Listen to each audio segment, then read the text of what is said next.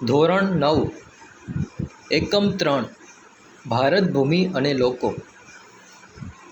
ગત સદીના દેશ અને દુનિયાને પ્રભાવિત કરનાર સંજોગો કે ઘટનાક્રમથી આપણે પરિચિત થયા. દેશનો સ્વાધીનતા સંગ્રામ અને સ્વતંત્રતાની પ્રાપ્તિ એ ગત સદીની વિશ્વને સ્પર્શતી અત્યંત મહત્ત્વની ઘટનાઓમાં સ્થાન પામે છે. નવા સ્વતંત્ર થયેલા રાષ્ટ્ર સામેના પડકારોને સફળતાપૂર્વક પાર પાડીને આપણે વિકાસની નવી રાહ કંડારી છે. જવાબદાર રાજ્યતંત્ર, નાગરિક અધિકારો, મુક્ત ન્યાયતંત્ર વગેરે સહિત રાષ્ટ્રના નવનિર્માણ માટે આપણે સહુ પ્રતિબદ્ધ છીએ. 21મી સદીના બીજા દશકાના પૂર્ણ થવા તરફની આપણી આ વિકાસ યાત્રા સ્વતંત્ર ભારતની 6.5 દાયકા ઉપરાંતની મજલને અંતે એક સિંહાવલોકન કરતાં આપણને વિકાસનું આયોજન કરવામાં સુગમતા રહેશે. કોઈપણ ક્ષેત્ર કે દેશ માટે તેની કુદરતી સંપત્તિ, તેનું સ્થાન ભવિષ્યની આર્થિક પ્રવૃત્તિઓની અને વિકાસની અસીમ સંભાવનાઓ માટેની પૃષ્ઠભૂમિ છે. આ સંદર્ભે આપણા દેશના ભૂપૃષ્ઠ, જળ પરિવાહ, જૈવ વૈવિધ્યનો અભ્યાસ અત્યંત રસપ્રદ બની રહેશે. દેશના ભાતીગળ લોકજીવનની ઝાંખી, ખાનપાન, પહેરવેશ કે રીત રિવાજોની વિવિધતા વિશાળ રાષ્ટ્રની છબી કા દ્રશ્ય કરે છે. તો વળી આપત્તિઓના પ્રબંધનની જાણકારીથી આપણે તેની અસરોની તીવ્રતાને ઘટાડી શકીશું. ચેપ્ટર 13 ભારત, સ્થાન, ભૂસ્તરીય રચના અને ભૂપૃષ્ઠ, ભાગ 1. વિશ્વના દેશોમાં ભારત આગવું સ્થાન ધરાવે છે. ભારત એક વિશાળ દેશ છે. ભારતીય સંસ્કૃતિ પ્રાચીનતમ છે. તે વસ્તીની રીતે વિશ્વનો લોકશાહી ધરાવતો સૌથી મોટો દેશ છે. ભારતીય સંસ્કૃતિની સમન્વયકારી ભાવનાએ કોઈપણ ધર્મ, જાતિ કે પ્રજાને તડછોડી નથી, પરંતુ દરેકને માટે તેણે દ્વાર ખુલ્લા રાખી તેમને આવકાર્યા છે. આમ સર્વધર્મ, પ્રજા અને જાતિ પ્રત્યે સમભાવ એ ભારતની આગવી લાક્ષણિકતા છે. તેથી તો ભારતમાં સંસ્કૃતિઓનો સમન્વય થયો છે. કુદરતી અને માનવસર્જિત અનેક આપત્તિઓ આવી હોવા છતાં ભારતે પોતાની પ્રગતિ અને વિકાસ અવિરતપણે ચાલુ રાખ્યા છે. આ ઉપરાંત ભારતીય સંસ્કૃતિના ઘડતર અને વિકાસમાં ભૌગોલિક પરિસ્થિતિએ પણ મહત્ત્વનો ભાગ ભજવ્યો છે. ભારત, સ્થાન, કદ, વિસ્તાર. ભૌગોલિક દૃષ્ટિએ ભારત ઉત્તર ગોળાર્ધમાં આવેલો છે. તે એશિયા ખંડના દક્ષિણ ભાગમાં વિસ્તરેલો છે.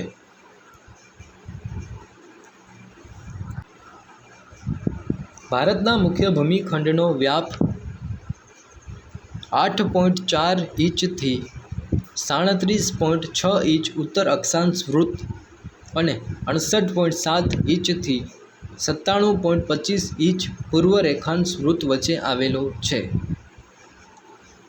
ભારતની મધ્યમાંથી કર્કવૃત્ત પસાર થાય છે, જે 23.30 ઇંચ ઉત્તર અક્ષાંશ વૃત્ત પર આવેલ છે અને દેશને 2 ભાગોમાં વિભાજિત કરે છે. તેનો ઉત્તર ભાગ વધુ પૂર્વ-પશ્ચિમ દિશાઓમાં ફેલાયેલો છે. અહીં વિશાળ મેદાનો તથા હિમાલય પર્વતશ્રેણી આવેલા છે.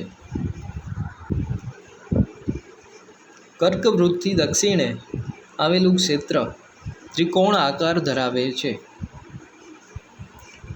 તેનો દક્ષિણ તરફનો ભૂભાગ સાંકડો થતો જાય છે. આ મુખ્યત્વે દ્વીપકલ્પીય ઉચ્ચપ્રદેશનો ભાગ છે. તેમાં પૂર્વ તથા પશ્ચિમના કિનારાના સાંકડા મેદાનોનો સમાવેશ થાય છે. ભારત દેશના અક્ષાંશીય અને રેખાંશીય વ્યાપ બંને લગભગ સરખા અર્થાત 30 અંશ છે, પરંતુ વાસ્તવિક રીતે લદ્દાખથી કન્યાકુમારી ઉત્તરથી દક્ષિણ લંબાઈ 3214 કિલોમીટર છે. પશ્ચિમે ગુજરાતથી શરૂ કરી પૂર્વે અરુણાચલ પ્રદેશ સુધીનો વિસ્તાર 2933 કિલોમીટર છે. રેખાંશીય તફાવતને કારણે તેના પૂર્વ તથા પશ્ચિમે આવેલા દૂરના સ્થળોના સ્થાનિક સમયમાં આશરે 2 કલાકનો તફાવત છે. જે સમયે અરુણાચલ પ્રદેશના પૂર્વ ભાગમાં સૂર્યોદય થાય છે, એ જ સમયે પશ્ચિમ ગુજરાતમાં રાત હજુ બાકી હોય છે. આમ ભારતના પ્રમાણ સમયની રેખા 32.30 ઇંચ પૂર્વ રેખાંશ વૃત્ત છે, જે 5 રાજ્યોમાંથી પસાર થાય છે. તેનો સ્થાનિક સમય જ સમગ્ર ભારતનો પ્રમાણ સમય માનવામાં આવે છે. ભારતનો કુલ વિસ્તાર 32.8 લાખ ચોરસ કિલોમીટર છે અને ક્ષેત્રફળની દ્રષ્ટિએ જોતાં ભારત વિશ્વમાં 7મા ક્રમે આવે છે. ભારત વિશ્વના ભૂમિભાગ ક્ષેત્રના કેવળ 2.42% ધરાવે છે.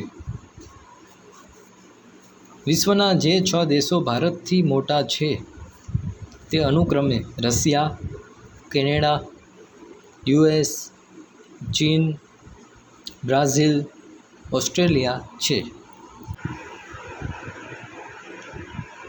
ભારતનો ભૂમિભાગ એશિયા ખંડની દક્ષિણ તરફ આવેલો છે.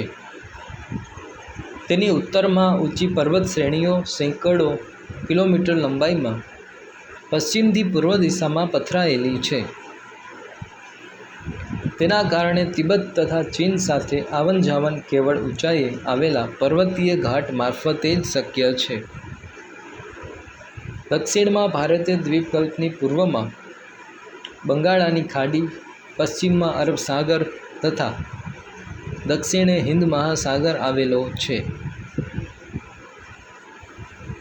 આ સમુદ્રનો જળમાર્ગ તરીકે ઉપયોગ થાય છે. જમીન માર્ગો પર્વતીય અવરોધોથી ઘેરાયેલ હોવા છતાં ભારતે બહારથી આગમન થયેલા સાંસ્કૃતિક તત્વોને સ્વીકાર્યા છે અને તેઓ ભારતીય સમાજમાં ભળી ગયા છે. ભારત પૂર્વ ગોળાર્ધમાં મોકાનું સ્થાન ધરાવે છે અને તેનું વ્યૂહાત્મક મહત્ત્વ પણ વિશેષ છે, જેમાં પ્રાચીન કાળમાં પરસ્પર સંબંધોને વિકસાવવામાં સમુદ્રોનું મહત્ત્વપૂર્ણ યોગદાન રહ્યું છે. હિન્દ મહાસાગરના શીર્ષસ્થ સ્થાને ભારત આવેલો છે.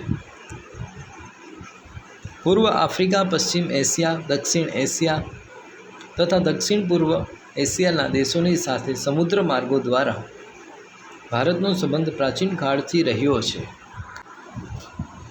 પરિણામે ભારતે આ દેશોની સાથે ઘનિષ્ઠ સાંસ્કૃતિક અને વ્યાપારિક સંબંધો પોતાના વિશિષ્ટ સ્થાનને કારણે વિકસાવ્યા છે.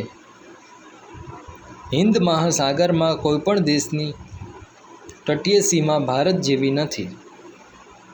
ભારતના આ મહત્ત્વના સ્થાનને કારણે એક મહાસાગરનું નામ એટલે કે હિન્દ મહાસાગર તેના નામ પરથી રાખવામાં આવ્યું છે. આંતરરાષ્ટ્રીય જળમાર્ગો પર ભારતનું સ્થાન પણ મહત્ત્વનું છે. ઈસવીસન 1869માં સુએઝ નહેર શરૂ થવાથી ભારત અને યુરોપ વચ્ચેનું અંતર આશરે 7000 કિલોમીટર ઘટી ગયું છે. પૂર્વ તથા દક્ષિણ પૂર્વ એશિયા અને ઓસ્ટ્રેલિયાથી આફ્રિકા તથા યુરોપને સાંકળતા જળમાર્ગો હિન્દ મહાસાગર થઈને જાય છે. દક્ષિણ આફ્રિકા થઈને આવતો જળમાર્ગ તથા સુએઝ જળમાર્ગ ભારત પાસેથી પસાર થાય છે. એ જ માર્ગ દ્વારા ઇન્ડોનેશિયાની મલાક્કા સામુદ્રધુની થઈને પેસિફિક મહાસાગર પસાર કરીને કેનેડા તથા US પહોંચી શકાય છે. ભારતનો સંપર્ક વિશ્વના અનેક દેશો સાથે સદીઓથી છે. વસ્તુઓ અને વિચારોનું આદાન પ્રદાન પ્રાચીન કાળથી થઈ રહ્યું છે. આ જ પ્રમાણે ઉપનિષદોના વિચારો, રામાયણ તથા પંચતંત્રની વાર્તાઓ, ચિકિત્સા પદ્ધતિ, ભારતીય અંક અને દશાંશ પદ્ધતિ વગેરે વિશ્વના વિભિન્ન ભાગો સુધી પહોંચી શક્યા છે. ભારતના પાડોશી દેશો. દક્ષિણ એશિયામાં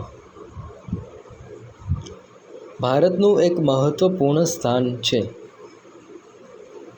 ભારતમાં 28 રાજ્યો, દિલ્હીનું રાજ્ય એક રાષ્ટ્રીય રાજધાની પ્રદેશ અને 7 સંઘ શાસિત પ્રદેશ છે. 2 જૂન 2014ના રોજ તેલંગાણા તેના માતૃ રાજ્ય આંધ્રપ્રદેશમાંથી નવું રાજ્ય બન્યું છે. ભારતની જમીન સીમા ઉત્તર પશ્ચિમમાં પાકિસ્તાન અને અફઘાનિસ્તાન સાથે અને ઉત્તર પૂર્વમાં ચીન, નેપાળ, ભૂતાન દેશ સાથે તથા પૂર્વમાં મ્યાનમાર અને બાંગ્લાદેશ સાથે જોડાયેલી છે. ભારતની દક્ષિણ દિશામાં સમુદ્ર કિનારે આપણા પડોશી દેશો શ્રીલંકા અને માલદીવ આવેલા છે. ભારત અને શ્રીલંકા પાલ્કની સામુદ્રધુની અને મન્નારના અખાત દ્વારા અલગ પડતા જોવા મળે છે. અરબ સાગરમાં લક્ષદ્વીપ ટાપુઓ આવેલા છે, જ્યારે બંગાળાની ખાડીમાં અંદમાન નિકોબાર ટાપુઓ આવેલા છે. આટલું જાણવું ગમશે. ભારતનો દક્ષિણતમ છેડો ઇન્દિરા પોઈન્ટ વર્ષ 2004માં આવેલ સુનામીમાં જળમગ્ન થઈ ગયો હતો. આ સાથે અંદમાન નિકોબારના પણ કેટલાક ટાપુઓ સમુદ્રમાં ડૂબી ગયા. ભૂસ્તરીય રચના. ભારતના વર્તમાન ભૂપૃષ્ઠનું સ્વરૂપ પૃથ્વીની ભૂસંચલન પ્રક્રિયા અને બાહ્ય હલનચલનનું પરિણામ છે. આ બંને પરિબળોની વિનાશક અને રચનાત્મક અસર જોવા મળે છે. પૃથ્વીની સંરચના વિશેની જાણકારી ખૂબ જ રોચક છે. પૃથ્વીનો ઉપરનો પોપડો તેની નીચે રહેલા એસ્થેનોસ્ફિયરના અર્ધદ્રવિત ખડકોની ઉપર તરી રહ્યો છે. પૃથ્વીના પેટાળમાં થતી કિરણોત્સર્ગી પ્રક્રિયાને પરિણામે ગરમી ઉદ્ભવે છે, જે દ્રવિત ખડકોમાં સંવહનિક તરંગો ઉત્પન્ન કરીને ભૂસપાટી તરફ જવાનો પ્રયત્ન કરે છે. ભૂકવચ તરફ ઉદ્ભવતા તરંગો દ્વારા ઉપરનું પડ ફાટીને મોટા મોટા ટુકડામાં વિભાજિત થઈ જાય છે, જેને મૃદાવરણીય પ્લેટ, લિથોસ્ફિરિક પ્લેટ કહે છે. આવી 7 મુખ્ય ભૂસંચયનીય તકતીઓ એટલે કે પ્લેટો છે. પેસિફિક પ્લેટ, ઉત્તર અમેરિકન પ્લેટ, દક્ષિણ American plate, Eurasian plate, African plate, Indo-Australian plate, Antarctic plate. કેટલીક જગ્યાએ આ પ્લેટો એકબીજાથી દૂર થઈ રહી છે, જેને અપસારી પ્લેટ કહેવાય છે.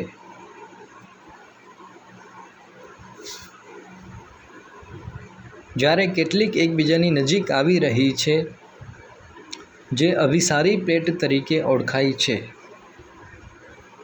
અપસરણ અને અભિસરણની પ્રક્રિયાથી ભૂપૃષ્ઠ પર સ્તરભંગ અને ગેડીકરણ થાય છે. આ પ્લેટની ગતિવિધિઓ થકી લાખો વર્ષો દરમિયાન ભૂમિખંડોના આકારો અને સ્થાનફેર પણ થયા છે. એકબીજાથી વિપરીત દિશામાં ખસી જવાની આ પરસ્પર પ્રતિક્રિયા જ પૃથ્વીની બધી ભૂકંપીય અને જ્વાળામુખી ક્રિયાઓ માટે જવાબદાર છે. સરકતી કે ખસતી આ પ્લેટો જ્યાં એકબીજા સાથે ટકરાઈ રહી છે, પર્વત નિર્માણનું કારણ બને છે. પ્લેટો જ્યાં એકબીજાથી દૂર ખસે છે ત્યાં ભૂમિખંડો અને મહાસાગરોમાં ફાટોનું નિર્માણ કરે છે. આ પ્લેટો પર આવેલા ભૂમિખંડો નિરંતર ખસતા રહે છે. આ પ્રકારની પ્લેટોને રૂપાંતરિત પ્લેટ કહે છે. ભારત કરોડો વર્ષ પહેલાં ગોંડવાના લેન્ડ નામના પ્રાચીન વિશાળ ભૂમિખંડનો ભાગ હતો. આ વિશાળ ભૂમિખંડમાં આજના દક્ષિણ અમેરિકા, આફ્રિકા, ઓસ્ટ્રેલિયા તથા એન્ટાર્કટિકાનો સમાવેશ થતો હતો. કાળક્રમે ગોંડવાના લેન્ડથી અલગ થઈને ઇન્ડો-ઓસ્ટ્રેલિયન પ્લેટ ધીમે ધીમે ઉત્તર તરફ સરકવા લાગી. તે ઉત્તર ગોળાર્ધની ઘણી મોટી યુરેશિયન પ્લેટ સાથે લગભગ 5 કરોડ વર્ષ પહેલાં ટકરાઈ હોવાનું મનાય છે. ઇન્ડો-ઓસ્ટ્રેલિયન પ્લેટ અને યુરેશિયન પ્લેટના ટકરાવ થકી ટેથીસ સમુદ્રમાંથી હિમાલય પર્વતશ્રેણીનું નિર્માણ થયું. હિમાલય પર્વતશ્રેણીની દક્ષિણે એક વિશાળ ખીણ બની, જેમાં સમય જતાં ઉત્તર દક્ષિણથી વહેતી નદીઓનો કાપ ઠલવાયો. આ રીતે હિમાલય અને દ્વીપકલ્પીય ઉચ્ચ પ્રદેશની વચ્ચે અત્યારનો ગંગાનો મેદાની પ્રદેશ બન્યો. દ્વીપકલ્પીય ઉચ્ચ પ્રદેશના ઉત્તર પશ્ચિમ ભાગમાં એક વિસ્તૃત જ્વાળામુખી પ્રસ્થોફન થયું, જેથી ઉચ્ચ પ્રદેશનો પશ્ચિમ ભાગ તૂટીને નિમજ્જિત થઈ ગયો અને પરિણામે અરબ સાગરનું નિર્માણ થયું. આ ભૂનિમજ્જનને કારણે જ પશ્ચિમ ઘાટ વધારે સુસ્પષ્ટ થઈ ગયો. આમ ભારતીય ભૂખંડમાં અનેક વિવિધતા જોવા મળે છે. ઉત્તરમાં ઊંચી વિસ્તૃત પર્વતમાળા આવેલી છે. તેમાં ઉચ્ચ પ્રદેશો, શિખરો, ઘાટ વગેરે આવેલા છે. ઉત્તર ભાગના મેદાનોમાં ગંગા, યમુના અને બ્રહ્મપુત્ર નદીઓ વહે છે. તેના કાપથી આ મેદાનો રચાયા છે. દક્ષિણનો દ્વીપકલ્પીય પ્રદેશ પ્રાચીનતમ છે. દક્ષિણ ભારતના ઉચ્ચ પ્રદેશની 2 ધાર સ્વરૂપો પૂર્વ પશ્ચિમ છેડા ઉપર તટીય મેદાનો આવેલા છે. આમ ભારત વૈવિધ્યસભર ભૂપૃષ્ઠ ધરાવે છે. પ્રવૃત્તિઓ: શિક્ષકની મદદથી દિશાઓનું જ્ઞાન મેળવી આપના ઘર અને શાળાના વર્ગખંડમાં કઈ દિશામાં શું આવેલું છે તેની યાદી તૈયાર કરો. ઇન્ટરનેટની મદદથી આપ ક્યાં છો તે શોધો. એટલાસનો અભ્યાસ કરી ભારતના પાડોશી દેશો અને તેની રાજધાનીઓની યાદી બનાવો. ભારતની ચારે દિશામાં આવેલા અંતિમ સ્થાનોના નામ જાણી નોંધપોથીમાં લખો.